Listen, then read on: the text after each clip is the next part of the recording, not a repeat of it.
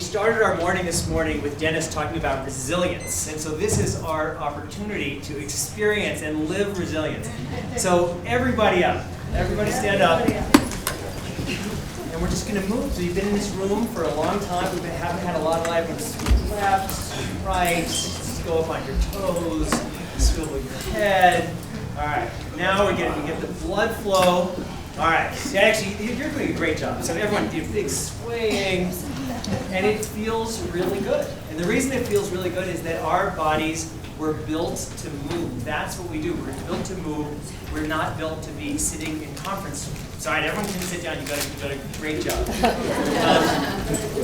And so we had a lot of talks this morning about nature, that we do all of these things that are interfering with the natural rhythms of our bodies. So we talked about the circadian rhythms that Sachin talked about, that we have these natural biorhythms, and because we have all these lights and travel and all these things, we're interfering with the natural functioning of our biology and our ecosystem. We also talked about processed foods and how our bodies are just not designed for these complex processed foods that have a bunch of ingredients that we've never even heard of and just mushed up bad stuff. And so if we listen to all of this, as we should, we think, well, what are the different changes that we need to make in our lives? And I think that's been a really wonderful lesson that I think all of us have taken away from our talks this morning, because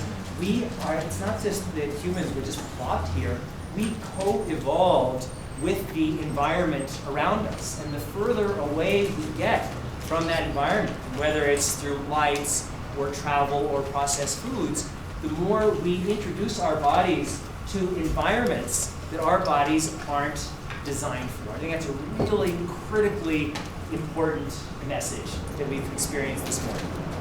But we all recognize that the lesson of what we've heard this morning, the recognition that we've co-evolved with our environment, doesn't mean that we should aspire to be as natural as possible. If by natural, it means living like our ancestors lived.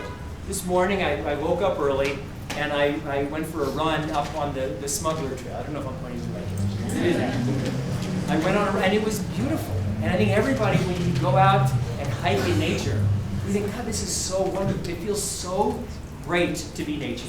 But I promise you, your ancestors, if you ask them, what is the thing that you hate the most, that you will avoid at any cost, it was hiking in nature. Because for your ancestors, when you were in your cave, predators were not trying to kill you. And when you went out walking around, that was when you were in danger. So people went out into the forest only when the cost-benefit analysis suggested it was worth the risk. And the reason that we love going out and hiking in what we call nature is that our ancestors have tamed nature. We have transformed nature. We have killed almost all of the predators, which is a terrible tragedy, and we suffer from it. But we have to recognize that while we must live in balance with nature, we must respect nature. The history of our species, why we are here, is that we have co-evolved with our technology. Our technology is part of us. And in our conversations earlier this morning, we talked about a healthy gut, a healthy microbiome. And we saw all of these slides on things that we should eat.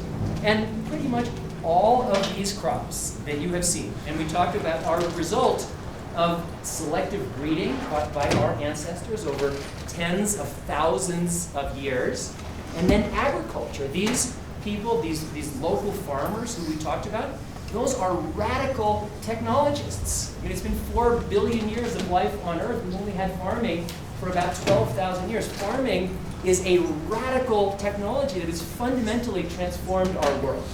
And I say all of this not to poo-poo nature. I love nature. But to recognize the thing that we call nature is in many cases not natural. And so the answer is not to fetishize nature. The answer is not to demonize technology. The answer is to figure out what is the right balance between how we love and respect and support nature, but also how we use these incredibly powerful technologies in ways that can enhance our best values, that can live up to our aspirations of how we would like to behave and how we would like to be as a species, the kind of legacy that we would like to leave behind. And I say all this as a precursor because I'm about to talk about these fundamental revolutions that are challenging what it means to be a human being. And these are coming as the result of our most powerful technologies, particularly AI and genomics. And we are now at the cusp of the greatest technological revolution in human history, which is going to fundamentally change our lives. And it's not going to fundamentally change our lives at some abstract point in the future. As Shane said, I write science fiction. And so it's easy to say, oh, we're going to be flying around on Millennium Falcons and we'll have Wookiees and all of that we can just make up. But this future that feels like science fiction is now. We are all futurists. We all have to be science fiction writers because we are living in an age when science fiction is becoming real. And the genetics and genomics revolution is the first and in many ways most significant manifestation for that, because after 3.8 billion years of evolving by random mutation and natural selection, which we call Darwinian evolution, we are beginning a process of directing our own evolutionary process, directed mutation and directed evolution, directed selection. And that is going to change our lives in deep and fundamental ways. When Watson and Crick identified the double helix structure of DNA in the 1950s, what they were doing was identifying that the book of life is structured in the double helix. And when the human genome was first sequenced in 2003, what we were recognizing that book of life was comprised of these four quote-unquote letters, A's, C's, T's, and G's. And now we're at the beginning of the age of human genome editing. Many of you maybe have heard of CRISPR, which is the latest and best gene editing tool, but it will soon be surpassed by many other better and more precise tools. And when we think about a technology that's readable and writable and hackable, we all think of information technology.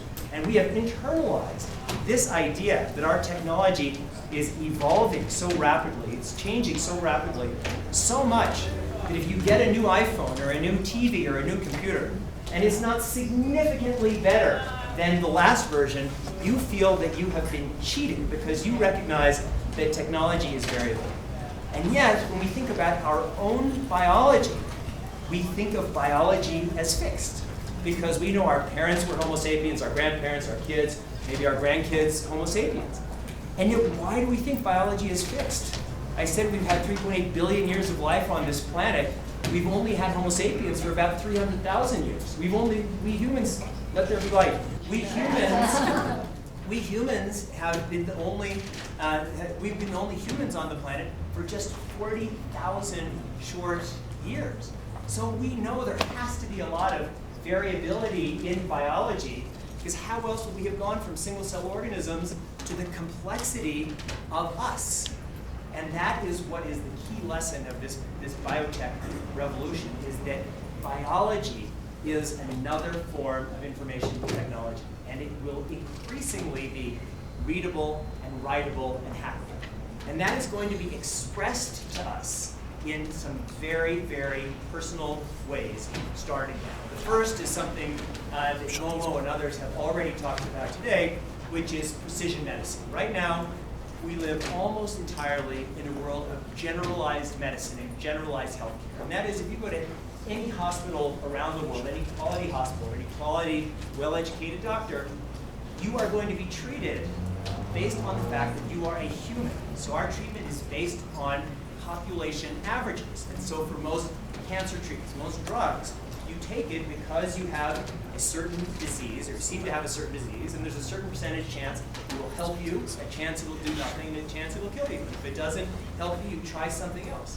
And so we're moving, as was discussed this morning, from a world of generalized medicine based on population averages to precision medicine based on each person's individual biology.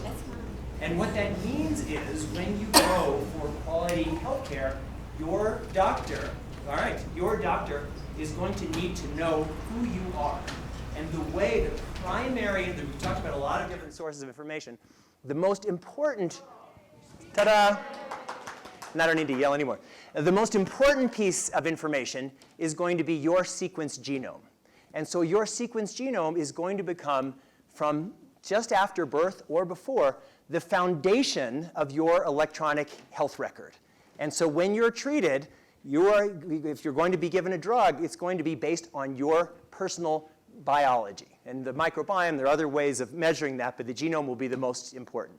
And what that's going to mean is that in very, very short order, many millions and then billions of humans will have their genomes sequenced. So it's estimated that within a decade, 2 billion humans will have their whole genome sequenced.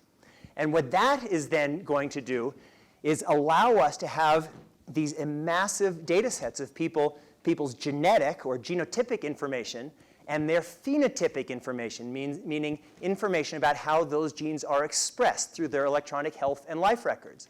And then humans will become, in many ways, a big data set. And with that knowledge, we are going to be able to increasingly, never completely, but increasingly understand the complexity of human biology. And that is going to very quickly move us from a world of precision medicine and health to predictive medicine and health. And in a world of predictive medicine, you are taking your newborn child home from the hospital, and the doctor says, hey, just want to let you know, congratulations, but your child has a 50% greater than average chance of developing early onset familial Alzheimer's. If that happens now, and you've got your newborn, say 1-day-old child in your hands, you are irate. How could you tell me that? This child was just born. Your child. I think we're going to get an announcement. Thank you very much for your patience while we dealt with the electrical issue. We now have all power up and running. Yes. To repeat, we have all power up and running. Great. Have a great day.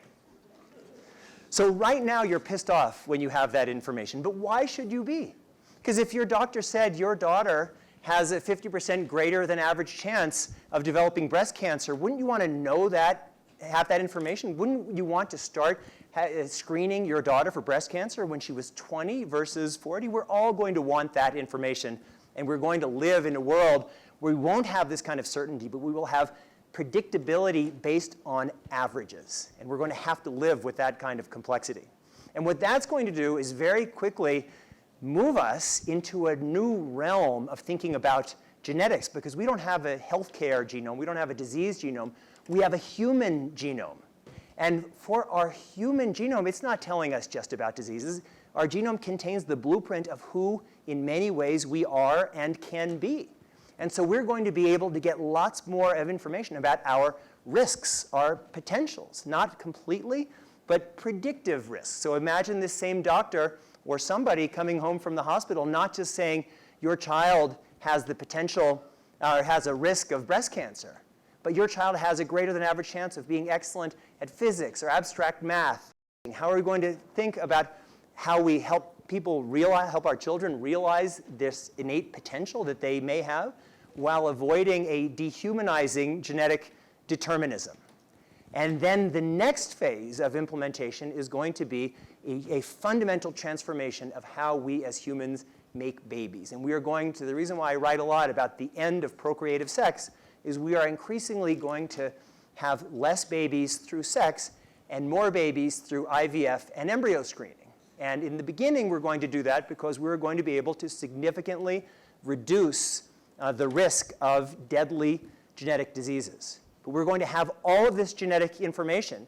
And when making decisions about which of the 10 or 15 pre-implanted embryos in a lab to implant in the mother, we're going to have all of this information about disease risk, whether we like it or not, predictive, not perfectly, information about height, IQ, personality style. And so you can see we're cutting very close to the essence of what it means to be a human being. We're touching what we have called fate and destiny. And we're going to have to think about very, very soon how do we deal with that? And then we're going to be able to use existing stem cell technology that's already working in animals to make millions, hundreds of thousands of eggs. Right now, average woman has about 15 eggs extracted in IVF. We're going to be able to use stem cell technologies to take a skin graft, which has millions of cells, induce those skin cells into stem cells, what are called iPS cells, induced pluripotent stem cells, induce those stem cells into egg precursor cells into eggs. And now let's call it 10,000. You have 10,000 eggs. Average male ejaculation has about 1 billion sperm cells. Fertilize 10,000 eggs using an automated process, grow them for about 5 days, extract a few cells from each of those 10,000 pre-implanted embryos, sequence them, and the process of having a baby is the process of saying, well, here are my priorities. So I want optimum health span. And then what are the other things that people may want? High IQ, which correlates with a lot of things parents want for their children, personality style. Anything that has a genetic foundation will be selectable. That doesn't mean you'll necessarily get what you select, but this will all be based on percentages. And all of this is going to be propelled by the fact that we live in very diverse societies. Within societies, even people I see on your faces, some people are a little more excited, some people are a little terrified by what I'm saying, and both of them are legitimate responses. And internationally, there are countries like the United States where people are a little more squeamish about this, countries like China where they are less so. And we live in this extremely competitive environment. I have a Korean friend.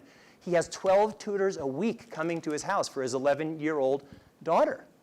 And when I said, if you could select embryos to give your future child a 15-point bump in IQ, would you do it? And he looked at me like I was a lunatic. Like, who wouldn't do that? And there are many other people who would say, well, that's playing God. We should never do that. And because we live in these competitive environments, there are going to be some people in some countries opting in, which is already happening, and there are going to be some people in some countries opting out. And how are we going to think about that? And this is obviously going to raise some fundamental ethical issues. My parents are here in the back of the audience. My father and grandparents came to the United States in 1948 as refugees fleeing Nazism. But if you had asked the Nazis what they were doing, the answer they would have given is, we are implementing Darwinism. That's the core of Nazism. And for people like me who are trying to say, this science is coming, we need to think of it not as a science question, but as an ethics question, it's really challenging. I was on a panel in Berkeley with this wonderful poet whose life had been defined by his having a daughter with Down syndrome. And it was really difficult for me to say that, which I believe that in 20 years from now, seeing a child with Down syndrome is going to be like today when you see a child with polio. It's like, it's not that it's unnatural to have polio, but you think, wow, there was a mix-up, there was a problem. That's why this kid has polio, because kids shouldn't have polio. And kids already in Northern Europe, Down syndrome is pretty much eliminated just because of non-invasive prenatal testing and abortion. So if that's already happening, and abortion is extremely excruciating, when people are making selections about which of their pre-implanted embryos in a lab to implant, you have to assume that people are going to make choices. But those choices, we have to recognize, don't exist in a vacuum. This is not some kind of world where it's just objective and valueless. This is all about values. And we're going to have to struggle with issues like equity. Who has access to these incredibly powerful technologies that can change people's lives? Diversity. We think of diversity as a way of having better workplaces and better universities, but diversity is much more. Diversity is the sole survival strategy of our species and of every species, because if we didn't have diversity, it's not that we would still be single-cell organisms.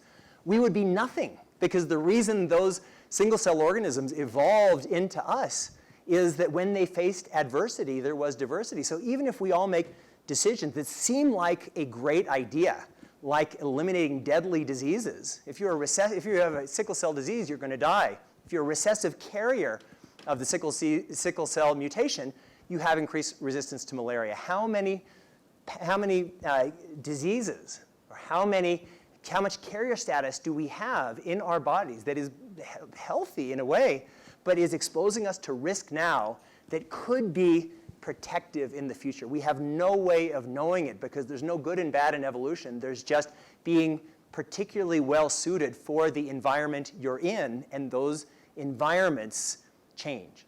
And we are all right at the beginning of this fundamental transformation that is going to change everything. And we can imagine a really good scenario where we use these technologies to cure disease, to help us live healthier, longer, more robust lives, to unlock potential of letting people have 10 or 20, 30 more years of, as Sandra was just saying, of brain health. And that, imagine how much love, how much innovation, how much creativity it's going to really help us. And we can also imagine these dystopian outcomes where it's really terrible, where we are making this world much worse. And the difference between the good outcomes and the bad outcomes is us. It's our values. It's how we fight to have our values integrated into the decision-making process that is happening now. So on an individual level, everybody needs to be educated. This is such an important issue. People understand that AI is important. People understand that climate change is important. Very few people understand the genetics revolution. My book, Hacking Darwin, which just came out, actually you can see this little slide coming. And so I've written that. There it is. It's my friend's little daughter. It's designed so if you can read one book to kind of get it, this is it. But I don't want you to just read my or any other books, which you should. But once you get educated, everybody has to be a hub of a bigger conversation. You all have your families, your colleagues, your faith communities, and others. And you need to be part of not just talking to people about what's coming, but engaging people in a process of struggling with these issues, because there are no easy answers. But we know that the wrong answer is to sit back and say this is somebody else's problem. We need to ask tough questions to our elected officials. What are you doing to try to build a healthy, supportive, regulatory environment that can optimize the good outcomes and minimize the downsides? And we need to all be part of that process. I'm part, as Shane said, of the World Health Organization International Advisory Committee on Human Genome Editing. And in Geneva, we're meeting 6 times this year. We're really struggling with this issue, and we actually put out a statement today.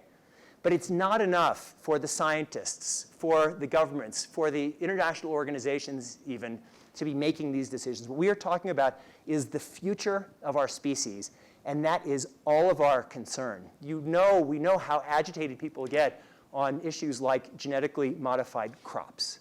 We are at the beginning of the era of genetically modified humans, and the genetically modified humans have already shown up. The world's first 2 gene-edited babies were born in China last year. There's another one that probably has already been born, but if not, will be born in the next couple of weeks. Also in China, a Russian doctor has announced plans. He has 5 couples lined up to have more genetically engineered babies. The era of genetically modified humans is here.